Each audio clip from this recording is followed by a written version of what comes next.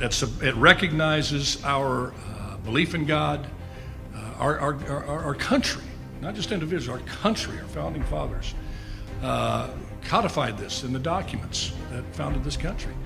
Our reliance, our belief in God, and our reliance upon God. Of that, there's just no debate on that. You may like it, may not like it. Declaration of Independence, we find these truths to be self-evident, that we are endowed by our Creator with certain inalienable rights, of which are life, liberty, and pursuit of happiness. It goes on in the Constitution to say we are putting together this Constitution in a preamble to secure the blessings, not only for ourselves, for posterity. And that Constitution followed with a Bill of Rights that enumerated those godly rights given to man, including the very first one, which was a right to believe in God and to express that belief anytime, anywhere, including the public square. 33 million. It's proven to the money investors that people want something to feed their souls, not just their worst desires. Absolutely. And yes, indeed. This kind of sums up my entire dialogue career on the heat of the night. You ready for this? Okay, this is it. My 7 years on the heat of the night. My dialogue all summarized into this. Get right on it, Chief.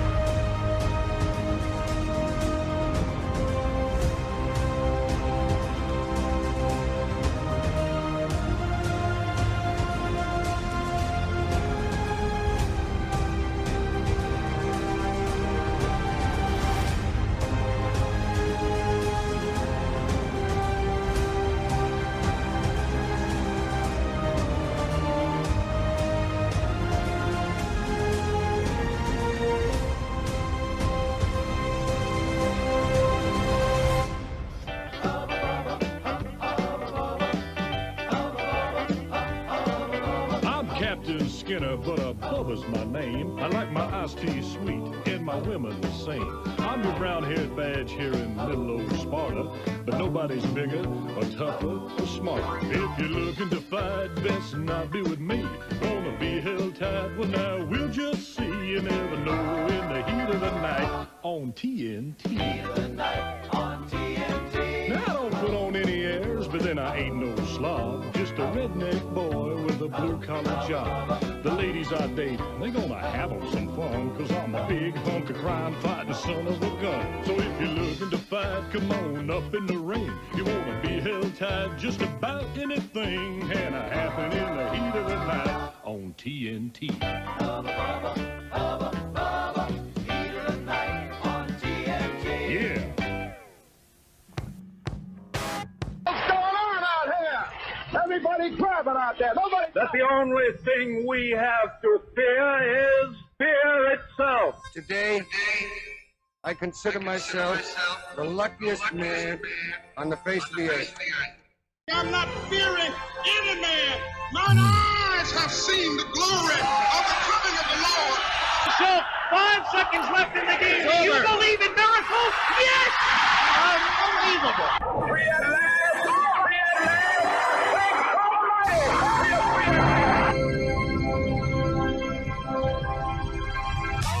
You're listening to the Alan Autry Show on the best talk in town. Talk Radio 1550 KXEX. Call Alan now. 559-899-1550. Hey, welcome to Alan Autry No Retreat. It's Thunderous Thursday here at the KXEX studios on the corner of Blackstone and Shields. So you know where I am now. You don't want me. Welcome to the show, folks. So happy to have you with us today on this live hour. Boy, doing live shows, that'll get your blood going. You know, there's no do-overs there. It's live. You say, oops, doesn't really work. It's been said. We don't have Jeremy, I don't even think we have that little 3-second delay thing, do we? No, we don't have anything. Yeah, when you say it, and the old saying, a word once spoken can be forgiven, but not easily forgotten. And but you all make it worthwhile. Thank you for being here. I want to start this show off. We've got a lot to talk about, but nothing more important in my world than to wish happy first birthday to my grandson, Kim and I's grandson, and son of Lauren and Sean Roche, and little brother of Isaiah Roche. And that's Joseph Roche, turns 1 year today, 1 year old. Remember that, you parents and grandparents out there? Remember when your little kid that was 1 year old? My goodness, you'd think they'd never grow up, but they do, and they grow up fast.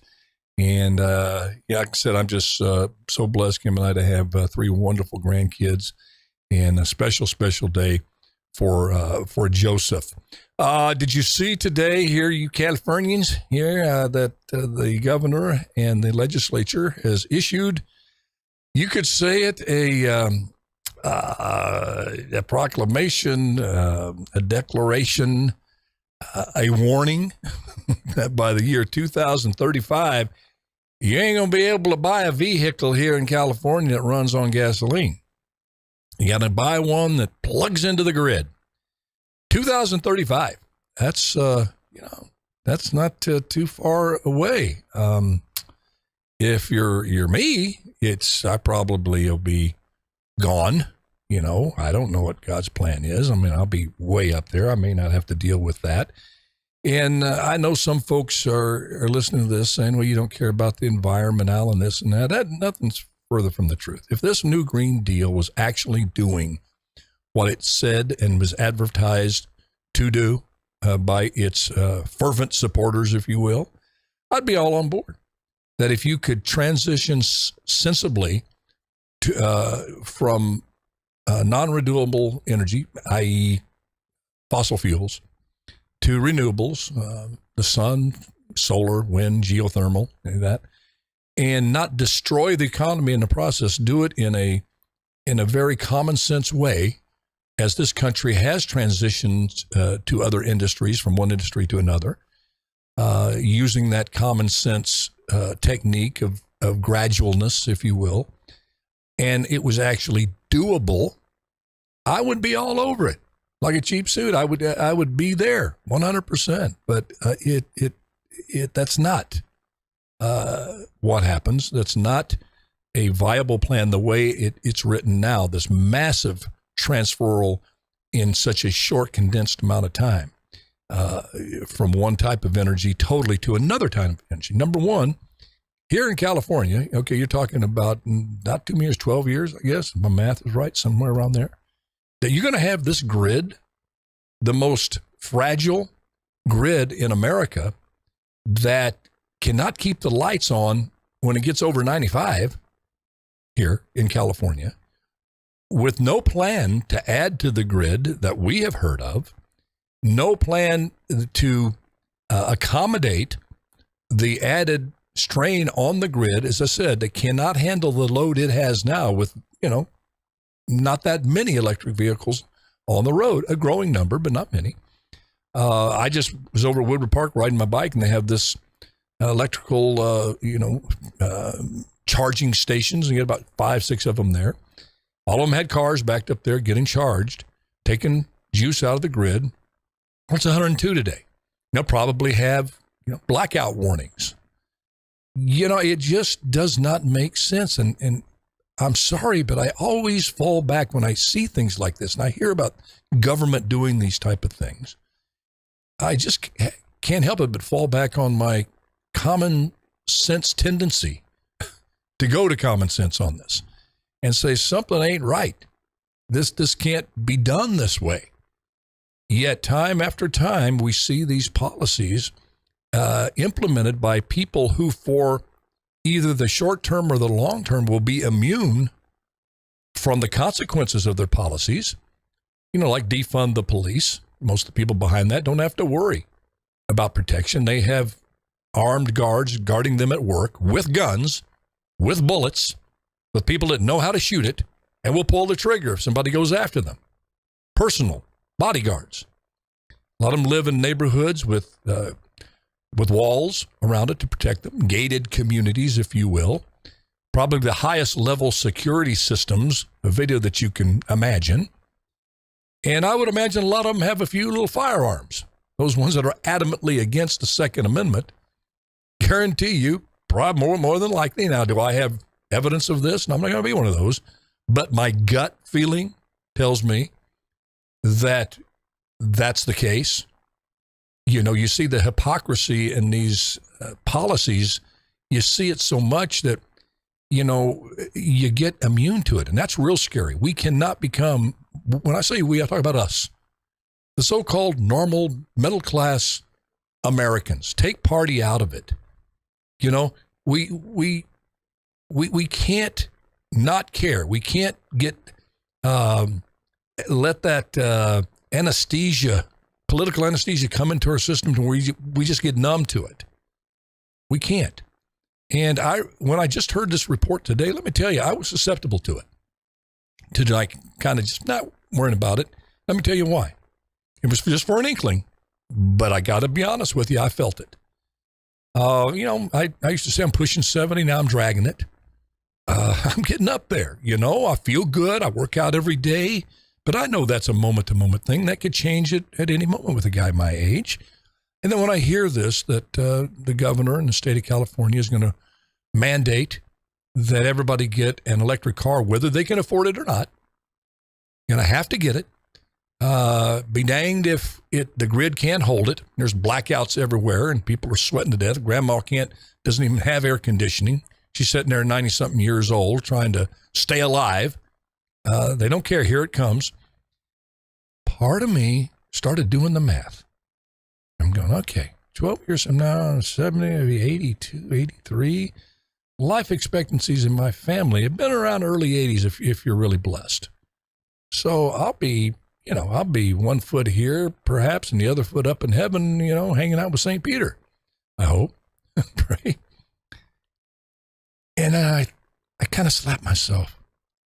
I got so shameful because the very day that I find myself in the gym after looking at that news feed and having that thought, the thought that I won't be around and having to deal with all of this craziness in the world, because it's not going in the right direction, folks. You know that. I've never seen the world have so much go wrong with it. And so few leaders willing to take a stand against it. I thought about my grandson. It's his birthday today. And I just hung my head for a while going, man, you get on your show every day and you champion how we got to think about the next generation, and you got to not be worn down from doing good, never tire of doing good. That's what the Bible says, Alan. You get on your show every day and you encourage people to do that. And look at you doing the math saying you won't have to be around to deal with this stuff when you see your grandson that just turned 1 year old who will be right in the middle of it and have to inherit that world. Dad, come, you talk about getting humbled, feeling bad.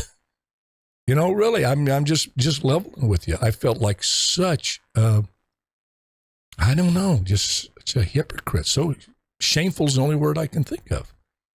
That it's courage means making decisions and doing things that benefit the next generation, not just your generation.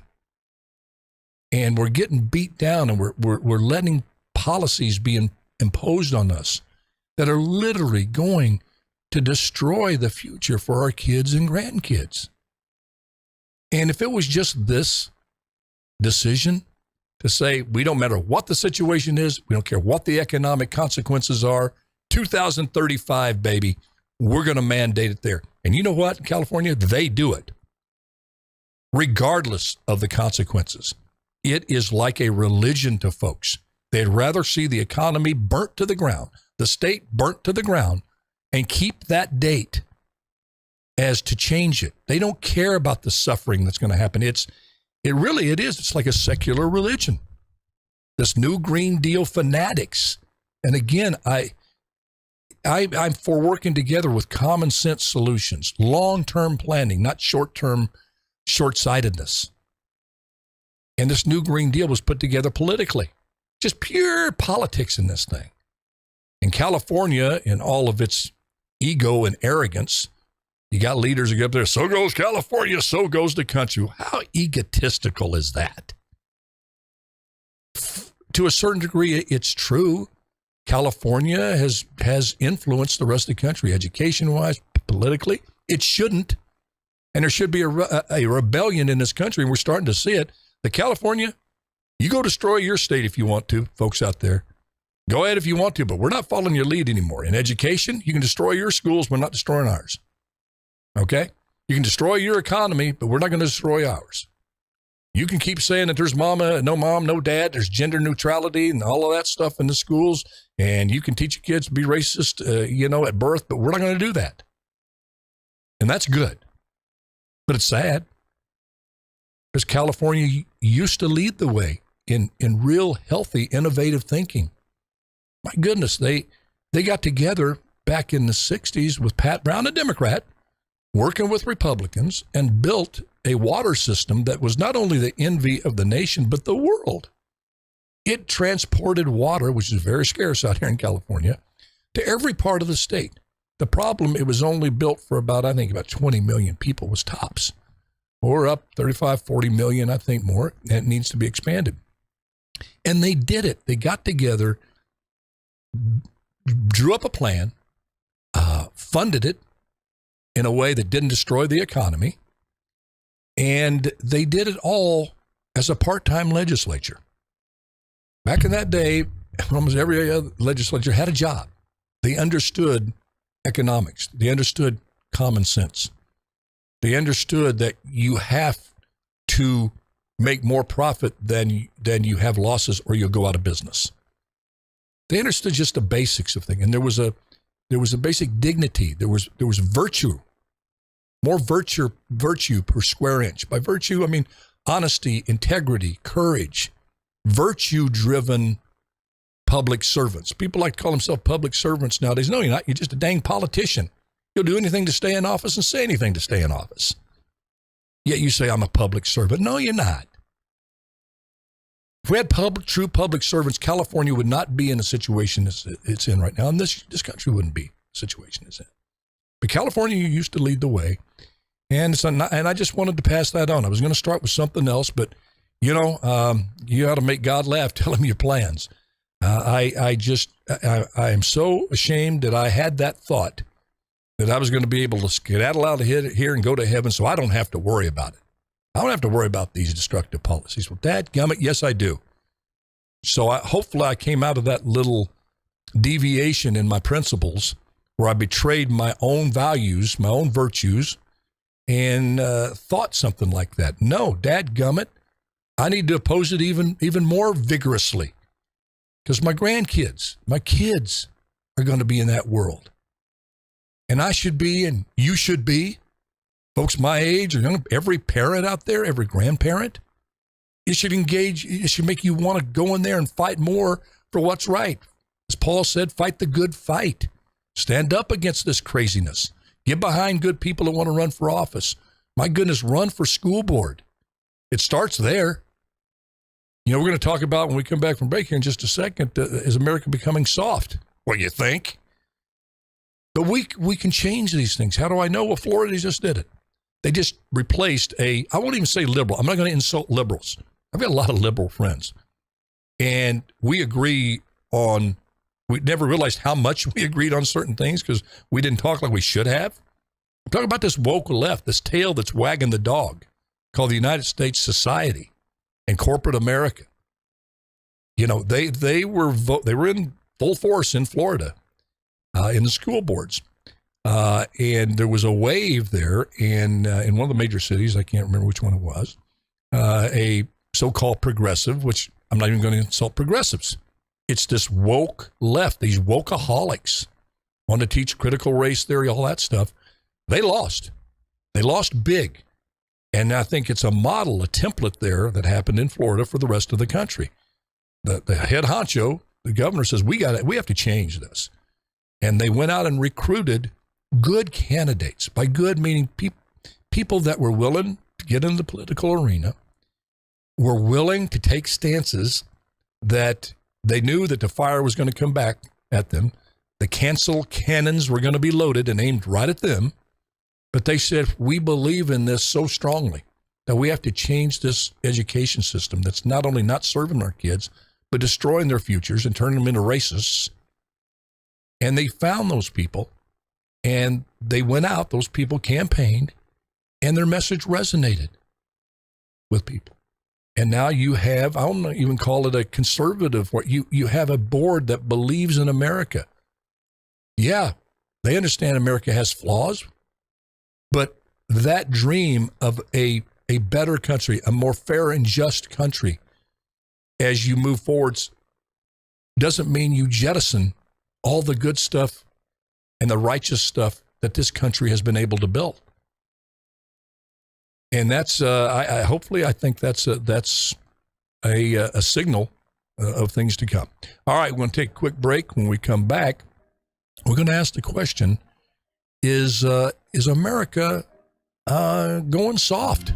And we're going to, Kyle, I see you're on the line. We'll take your phone call about the power grid before we get into that. So you hang on. We'll be right back.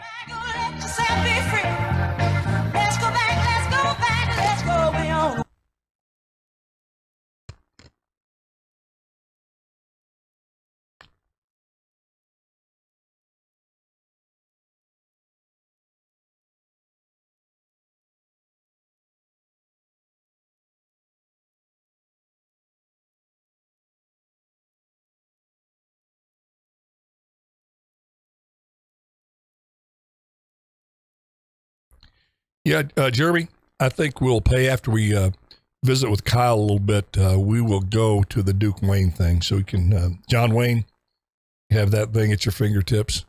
I don't know if we'll get to the knockout tape today, but perhaps tomorrow, because that's an important topic too I want to hit.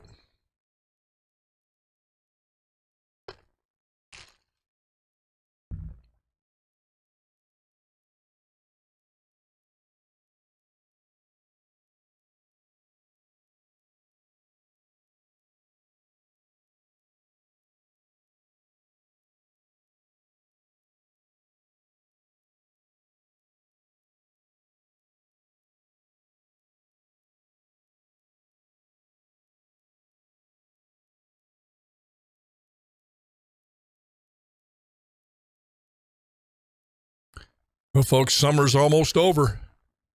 I don't know about you all where you live, but summer's going to get in its last licks here. Boy, they're haymakers. It's over 102 today. Last 3 or 4 days here in Fresno, it's been like 105, 106. And I've got a lot of flooding going on around the country. So I want to say it, our thoughts and prayers, because they do go out to the folks that are experiencing that. Just be smart. Make sure you hydrate. You know, it's very, very important. And you probably already know this. I'm like the old mule they had to hit over the head with a 2x4 to get his attention. I finally understand after all these years how you hydrate. You don't hydrate the day of. I mean, you should drink fluids every day. But if you know you're going to be out in the heat, you hydrate the night before. So drink your couple of bottles of Gatorade, the night before. And that's what's going to be in your system. So don't try to do it the day of, because it doesn't work quite as well. 1 minute? Back in I don't know if y'all guys out there that played football back in the old days, but back in the old days, the prevailing theory, scientific theories, you can't trust science blindly, it was not good to drink water during practice because you would become what they call waterlogged. I mean, I'm surprised they didn't have kids keeling no water. There was, and then I remember they instituted one little water break and a fountain. So everybody's knocking each other trying to get to that fountain. And then finally, by the time I got into college, it was like they had all the Gatorade there and they would stop hot days, 3 or 4 times.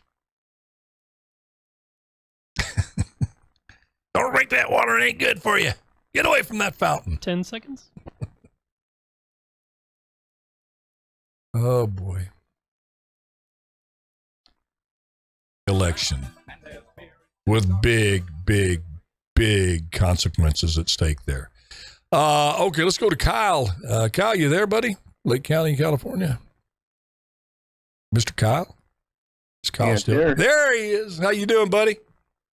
Doing all right. How are you? I'm better than I deserve, thank you. You got a little take on the power grid and fire suppression? Yes. My buddy, like about 20 years ago or so, his family did a lot of that up in southern Oregon and northern California. And what they do is they go through and they clear out the dead and dying trees and clear out the dead grass. And they don't do that anymore. They stopped doing that right around the time we started having all these droughts. Yeah. Yeah, it's just, you can't quite figure it out. It looks almost purposeful that they're not doing the common sense right thing in terms of anything to do with the grid. Either adding to it, or as you said, taking that brush away. You know these transformers blow. How many people have to die because of a blown transformer starts a fire? Next thing you know, you have a small little town completely burnt down forever, never to come back again. And it just, you scratch your head and you go, what? Trying to find some logical explanation why this wouldn't be at the top. I mean, I really, at the top priority list of those in Sacramento is this power grid.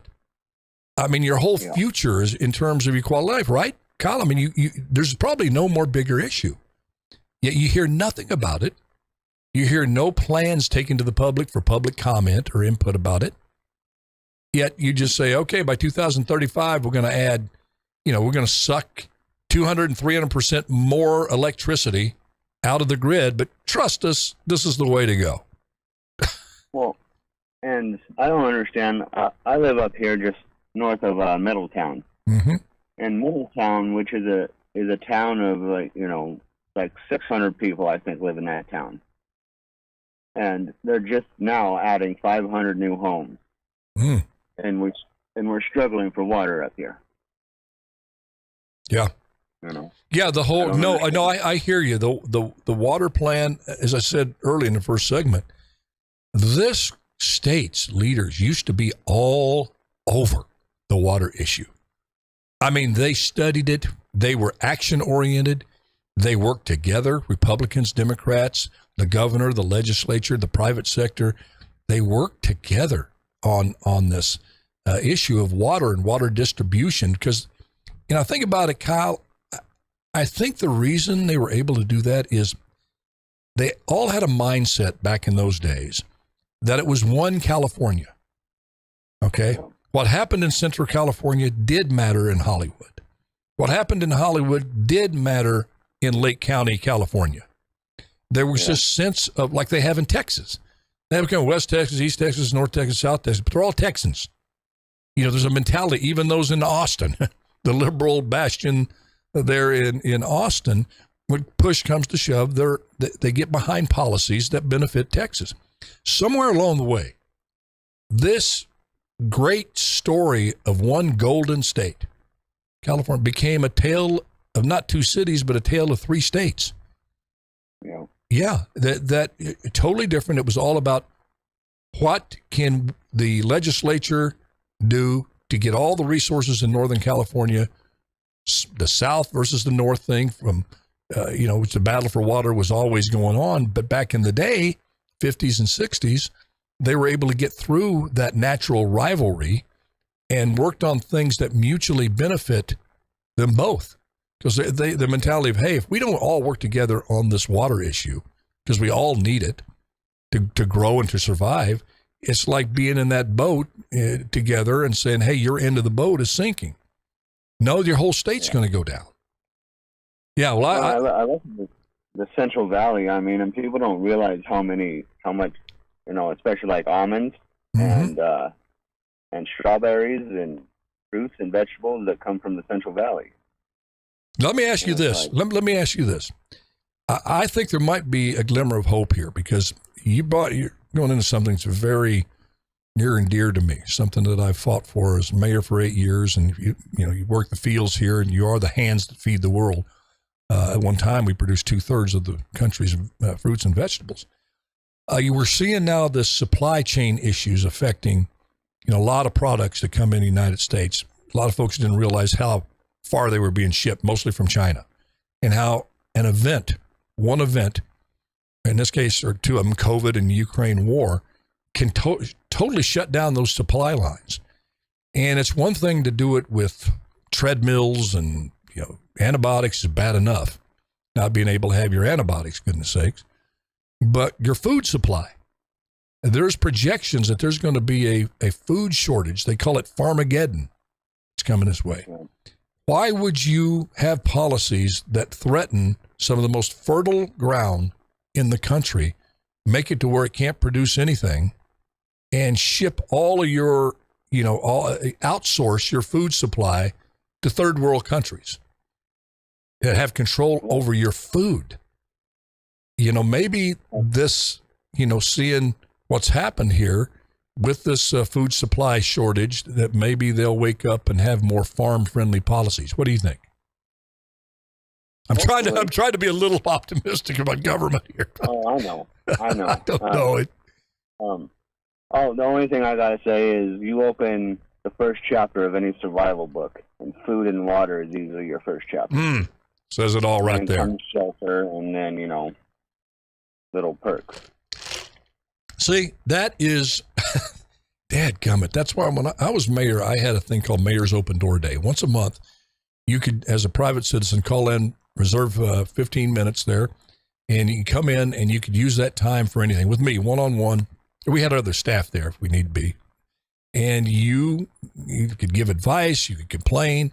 I just drew the line at throwing things because I'm not as fast as I used to be back in those days, so I couldn't, dodge a flying object as quick as I could. But outside of that, you could, and I got some great ideas from this Mayor's Open Door Day of people that came in just using common sense and coming up with ideas that came out of a mind that was not clouded and poisoned with politics. It was driven by common sense solutions. And we were able to institute the Amber Alert law that came originally out of Texas as a result of that, one of those Mayor's Open Door, what we call Mayor's Open Door Day, meetings with the so-called, quote-unquote, average citizens. And what you just said right then is if you open up a survival guide, folks, one of the first things you have to have is food and water, and shelter. But in that order, food, probably water first, because you can live longer without food than you can water. But those two things, and the legislature in this state, governor, just don't get it. I just don't understand it. And I guess it's just until it gets, until it gets to their doorstep. I guess they never will. But, Kyle, I really appreciate you calling in on that. And thanks for that. You always have some of that just down-to-earth, common sense wisdom, and I appreciate you calling in. Thanks. God bless. God bless you, my brother. Let's take one other break, and when we come back, I promise we're going to get into this. Is America going soft? And if it is that good or bad? I got my opinions, but I'd like to hear your opinion. This is Alan Autry, No Retreat. We'll be right back.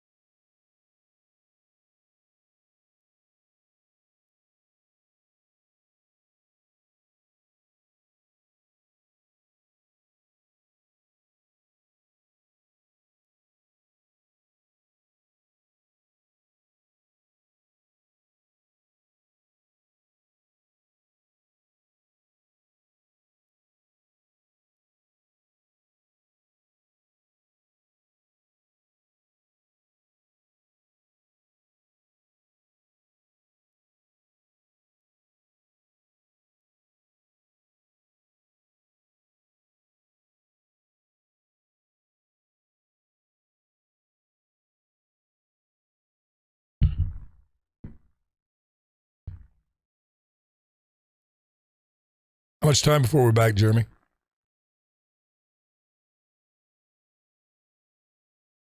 About a minute, 10 seconds. Minute 10? Good. I'm bad at math.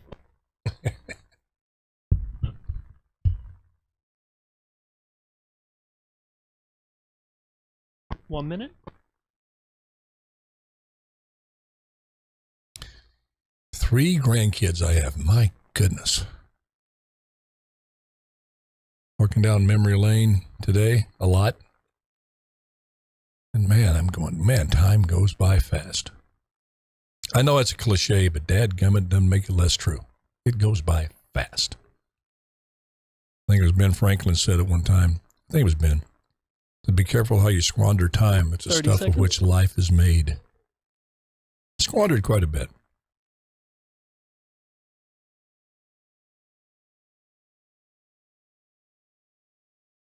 I think we got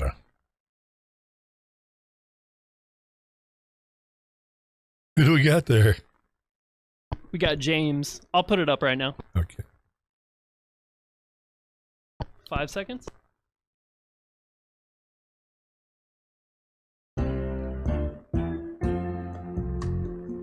You're listening to the Alan Autry Show on the best talk in town. Talk Radio 1550 KXEX. Call Alan now, 559-899-1550. And welcome back to Alan Autry, No Retreat. Got one more segment to go.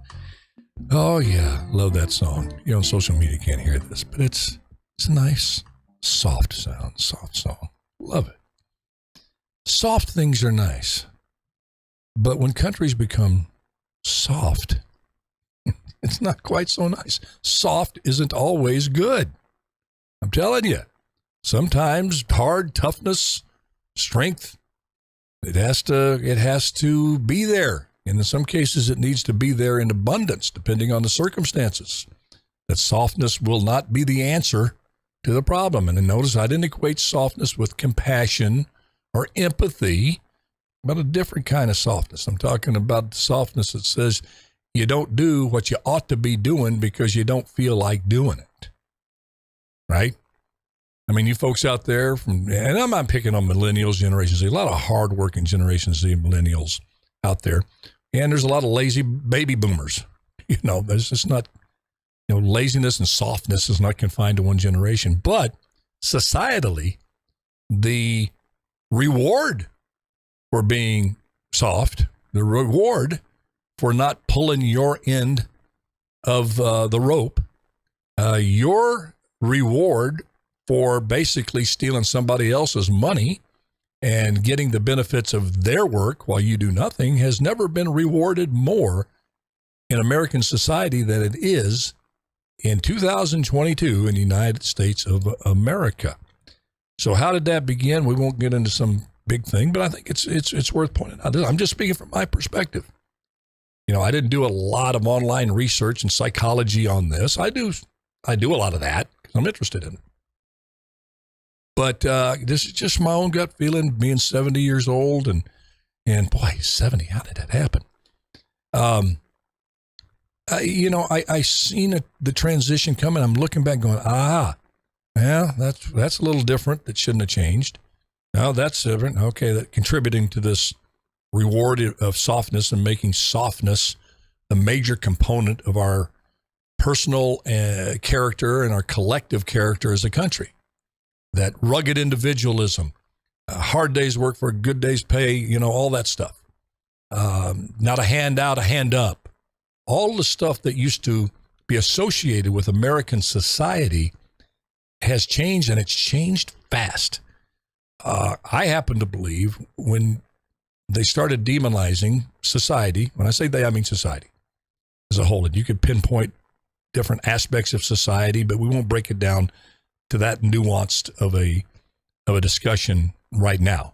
It's one that's worthy of several shows, and we'll probably get into that one day. It's very interesting to me, and I think it might be to you as well. But when they started turning corporal punishment into child abuse, I remember I got swats in school from Mr. Colden. One of these days, Bob Leone, my bullet Bob, he was there.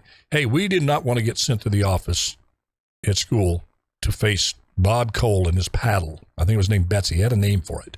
It's hanging up on the wall. And you respected authority. There was consequences, especially for us boys, of what they call acting out, being disrespectful. Okay? I got 5 spankings in my life. Mom and I counted down one, all from my mom.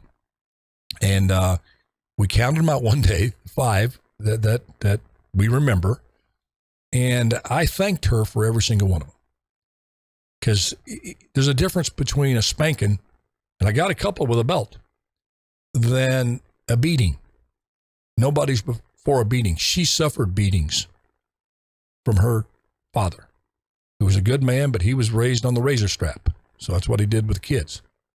And I don't agree with that. There's certain, obviously. But she knew that the old Bible, spare the rod, spoil the child, was true. And again, I thanked her for it, for those 5 spankings, because I really grew from those. And that was the only way she was going to get through to me during those times. And you ladies out there, you can't really identify with being an 11, 12, 13-year-old smart mouth boy. And thank goodness you can't. But sometimes, give a timeout. When they put the belt down and said, go to timeout, I think that contributed to softness. I mean, if Mom would have said, you just sassed me and talked back to me and disrespected me, so you go to your room for an hour. I'd be like, oh, well, great. I'll go in there and play with my baseball cards and what have you. I can occupy myself for an hour. That'd be just fine. But I didn't want any part of that belt. And I remember one time I tried to do reverse psychology. I smart-mouthed her, and she came back to me and says, you watch your mouth. And we laughed about this. I tried to reverse psychology. I went to the hall closet, got out a belt. I brought it back, handed it to her, and very sarcastically turned my lip like Elvis and go, why don't you just whip me? Well, she did. She snapped that belt out of my hand, and started wailing on me, grabbed me by my one arm. I'm trying to run from that thing, and I'm sorry. I remember I almost said I'm sorry 15 times. And then when she was done, she says, well, I'm sorry. Just, I'll never forget it. Sorry means I'm not going to do it again. Are you really sorry? I said, I'm sorry. Nowadays, you use corporal punishment, and they'll come take you away. Now, they'll come take you away. You're a child abuser. I think societally, a bad mistake. I know I'm going to get some bad emails. I'm going to lose some listeners and viewers. I know that. I'm just sharing the truth with you. If I start at my age withholding the truth because I'm worried I'm going to lose some social media followers, what kind of dude am I? I shouldn't even be on this show. I'm not trying to be a martyr or be holier than thou, or I'm going to stand up and say it like it is. I understand if you feel otherwise. I get it, especially those that have been abused, that the parents did go overboard. And like I said, there's a big difference between corporal punishment and discipline and a beating. One is productive. I really truly believe that. We know what that is, the corporal punishment. The beatings do nothing but injure people forever, psychologically and emotionally. But you can't, as they say, I don't feel it's good to throw out the baby with the bathwater. But then you look forward, you go into the schools where you used to discipline. You can't really discipline a kid anymore. No SWATs, no this, no that. But you can you get emotionally distraught, you can go find a safe place where life can't get to you. Cry rooms where you can go cry your eyes out and life can't get to you. Well, the flaw in that is you can run, but you can't hide because life is there. And life ain't pretty. Life can be really, really brutal and mean. When it knocks you down, life does not extend a hand to lift you up. You have to get up yourself. Don't expect life to do that. Don't expect things to be constructed in life to protect you from life. Life is like the old scorpion and the frog. We won't tell the story. It is what it is. It's brutal and it's mean. So you tell these kids, okay, we can hide you from and prevent you from life. And you create cry rooms. You create so-called safe spaces. And again, it's okay to go out and take your break, get away from things for a while, okay. But don't institutionalize these sort of things and tell people that, especially young people, that they can create their own world that's minus any kind of challenge or hurt or hateful things coming at them. You have to teach them to face them head on, to be stronger than that, to have a strong faith, to have a strong principles that don't let, the old sticks and stones may break my bones, but words will never hurt me. Remember that? You don't hear that anymore. Now words are violent, which some of them can be very mean and hurtful. But you say them, you get arrested. Hate speech, you're inciting violence with words. And my goodness, what in the world, Jeremy, folks, listeners, please explain to me what microaggressions are. And I know there's people rolling their eyes now going, you don't know, Alan? Well, no, I don't know. I've gone on CNN, MSNBC, I've looked up here, still trying to find a definition that makes sense to me what a microaggression is. It's not quite a max aggression. There's levels of aggression. But if you are a victim of a microaggression, this victim can make life hell for you, especially if you're in the workplace or you're wherever. And just holding people accountable for what they should be doing, what they signed on to do, and being held accountable, from what I can see, are microaggressions. They have a name for it called quiet quitting on the job. That's the big thing that's out there with the millennials and Generation Z. It's where you just give up on your job. You don't really have to do it well. You show up, maybe, but when you do, you don't really give it your all. You don't really go that extra mile. In fact, if you don't feel up to it, you don't even have to go the speed that you signed up for the job to go. You've got the job. You, as they say with the term, you quiet quit. And if your boss or your coworker says, you know what, you need to up it here a little bit, or we're going to have to replace you, I guess that's a microaggression. That might be in the category of max aggression. I don't know. Quiet quitting. How many business owners out there would want to hire somebody who says, by the way, I have this skill, and this skill, but I may quiet quit at any time, and I don't expect to be criticized for it. I don't want to lose my job for it. And by the way, you can't replace me, or I'm going to sue you for invading my quiet quitting strategy.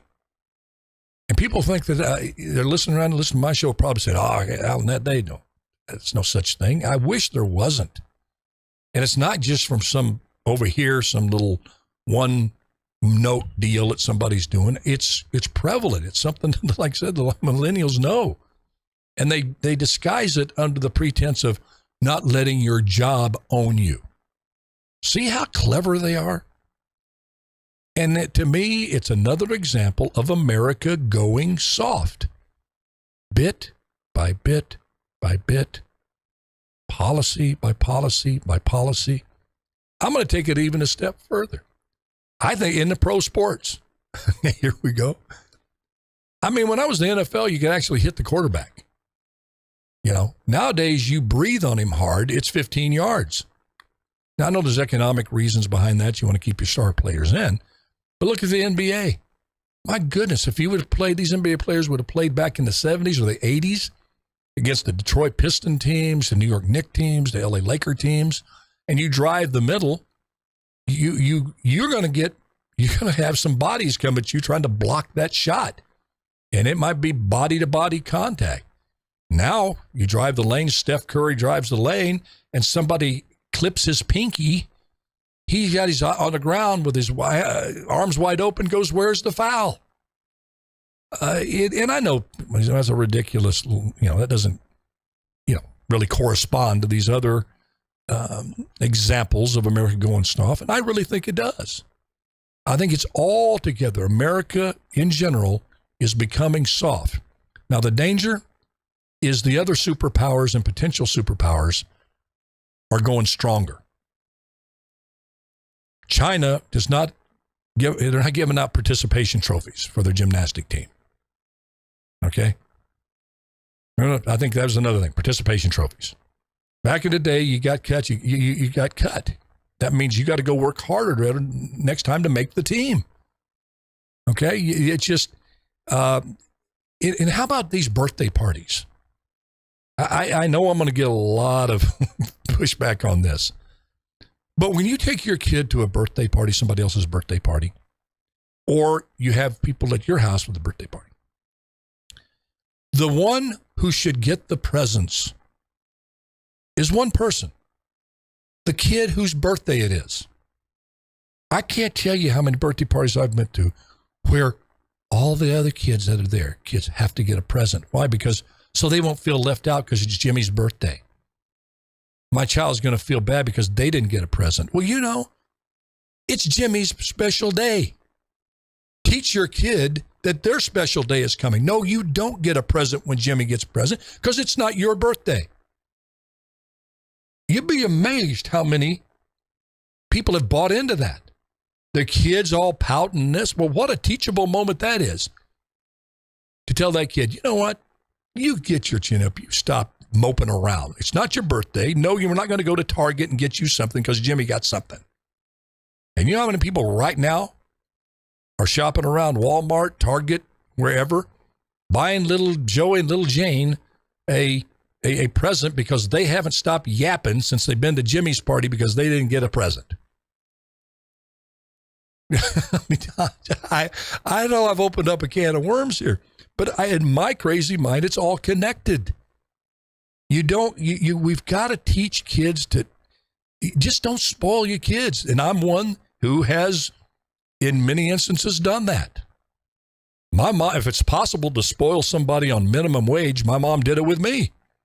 You know, I was an only child, but she also taught me responsibility. We didn't we never had a birthday party. First birthday party I had was thrown for me when I would turn 30. And I didn't know how to handle it. I didn't want it, I don't like when the attention's on me. Really, I'm serious. Well, you're in the movie business, Paul. I know it's crazy, but I'm always a little uneasy in social functions when I'm either public speaking or in the room. But anyway, it's another Dr. Phil psychological session to break down. But I think you know where I'm going on this. And I know we had a lot of callers there. We've run out of show. I promise you, please hold on. On Monday, I don't know if I'm going to be here on Friday. I have a meeting at 11. I'm going to try to make it tomorrow here. Don't know if I'm going to make it on Free for All Friday. I'm going to try.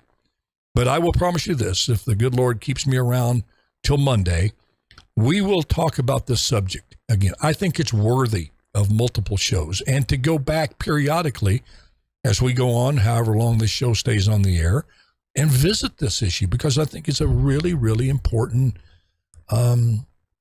aspect of, I feel, what's happening that needs to be talked about. These student loans. Yeah, I know it's helpful to some that went out and got a job, this and that, but was the due diligence done on this? To go and say, okay, if you got a stimulus check and you had an opportunity to get a job in your profession, you just stayed home and chose not to, you're not going to qualify for this student loan debt if you have student debt. Get out and get a job. On this, I got to echo Bongino on this. He's dead spot on. Get a job. How many people here, then you find out, this is what happens when you pass these bills and you don't look at it, at the fine print. Talk about contributing to the softness.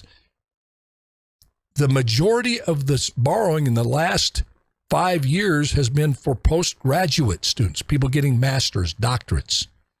Talking about Harvard type situations. You're funding them with the tax dollars. Not that kid who went through junior college, got debt going, really had to work 2 jobs and took out a loan. Yeah, they're getting some, as usual, little peanuts, little scraps from the table. Most of the money's going to these institutions. And we're going to delve into that on Monday as well. All right. Well, I hadn't planned on going there to that point, but it's something that I really believe it needs to be discussed because the rest of the world, this new world order that's bound and determined to destroy America out there, they're getting harder while we're getting softer, and that's not good. Folks, thanks for tuning in. God bless you. God bless America. And just remember this. Just do your best and let God do the rest. You let it go to him, then I promise you it's going to turn out the way it's supposed to. And, maybe not be what we like at the moment, but you'll like the end result. God bless and love you now. Bye-bye now.